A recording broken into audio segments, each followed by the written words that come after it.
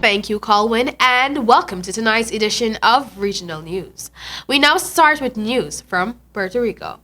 Puerto Rico's Governor Wanda Vasquez declared a state of emergency on Tuesday after a series of earthquakes killed at least one person, toppled buildings, and knocked out power to nearly the entire island of more than 3 million people. The largest of the quakes in the U.S. territory registered at magnitude 6.4, the most powerful to hit the Caribbean island in 102 years.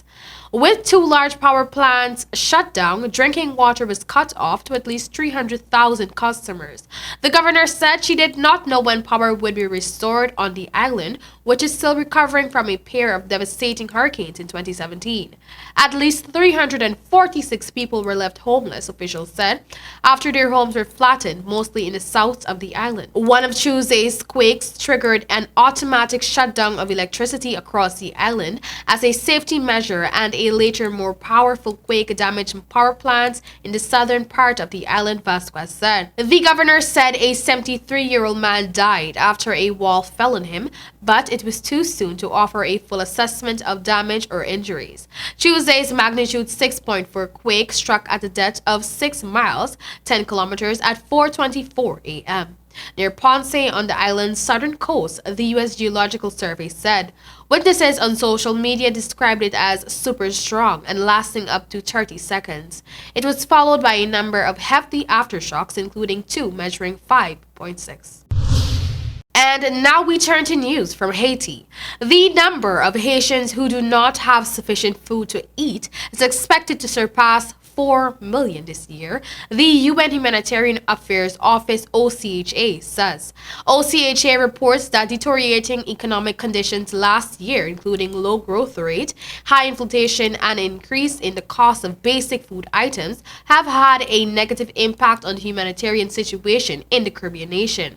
At the same time, insecurity and social tensions meant aid workers had limited access to a large part of the country. As a result, the number of Haitians facing food insecurity rose to 3.7 million in 2019, up from 2.6 million in 2018. OCHA expects that the figure will reach 4.2 million by March this year, with some 1.2 million Haitians likely to experience emergency of food insecurity.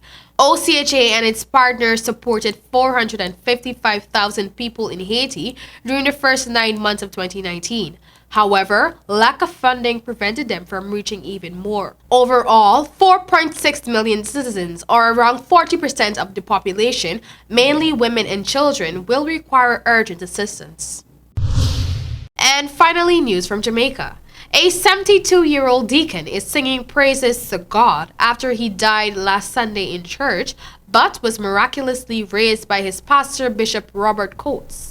Coates, who is the leader of the Visionaries Apostolic in Montego Bay, St. James for the past 12 years, said he was at the end of his sermon when he realized that a crowd was around his deacon. He said he quickly stepped off the rostrum and went to investigate and found that Ansel Daly died in the church. And I quote, "He completely fell dead. There was no pulse and his body went cold. No breathing, no movement, no vital signs of life were there.